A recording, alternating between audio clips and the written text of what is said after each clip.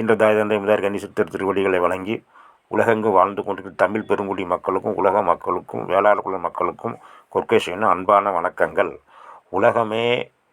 உலகையே ஆட்டி படைக்கக்கூடிய ரோம் நாடு, ரோம் சர்ச்சு, அங்கே உலக புகழ்பெற்ற ரோம் சர்ச்சில் முதல் தமிழ் கல்வெட்டு இருக்கிறது.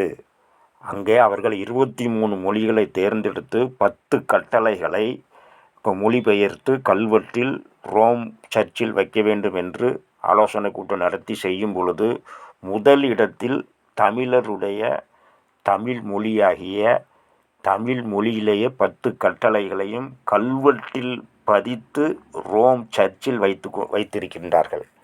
ஆகவே அந்த தமிழில் கல்வெட்டில் பதித்து வச்ச ரோம் சர்ச்சு அதை வச்சக்கூடியவர்களுக்கு அகில உலக வேளாண் மக்கள் கட்சியினுடைய கொர்க்கேஷன் யூடியூப் சேனல் வழியாக நன்றி சொல்லிக்கிறோம். ஆனால் தமிழ் மொழியோடு இருக்கக்கூடிய இந்தியாவில், தமிழ் மொழி இருக்கக்கூடிய மாநிலத்தில் இருக்கக்கூடிய இந்தியாவில், இந்திய பாராளுமன்றத்தில் புது பாராளுமன்றம் திறக்கும் பொழுது அதில் நமது தமிழுடைய கல்வெட்டு வைக்கப்படவில்லை. இதை இந்திய மக்கள் நன்கு சிந்தித்து பார்க்கணும். உலகமே பெயர் போன, உலகையே ஆட்டி படைக்கக்கூடிய ரோம் நாட்டில் உள்ள சர்ச்சில் 10 கட்டளைகளை தூய தமிழில் கல்வெட்டில் முதல் இடத்தில் வைத்திருக்கின்றார்கள். 23 மொழிகளை தேர்ந்தெடுக்கிறாங்க உலக மொழிகளில்.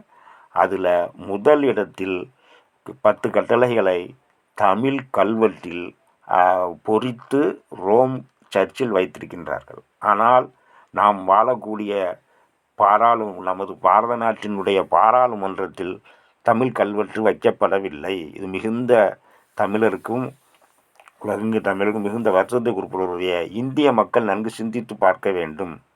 தமிழ் மொழி உலகத்திலேயே எல்லா மொழிக்கும் தாய்மொழியாக இருக்கிறது. அவர் தாய்மொழியை உள்ளடக்கி இருக்கக்கூடிய இந்தியாவில், இந்திய பாராளுமன்றத்தில் தமிழ் மொழி கல்வெட்டு பதிக்கப்படவில்லை என்பது தமிழ் மக்களுக்கும் இல்லை, உலகெங்கும் இருக்கக்கூடிய தமிழ் ஆர்வலாக இருக்கக்கூடிய எல்லா நாட்டு மக்களுக்கும் மிகுந்த வருத்தத்தை தெரிவிக்கிறது.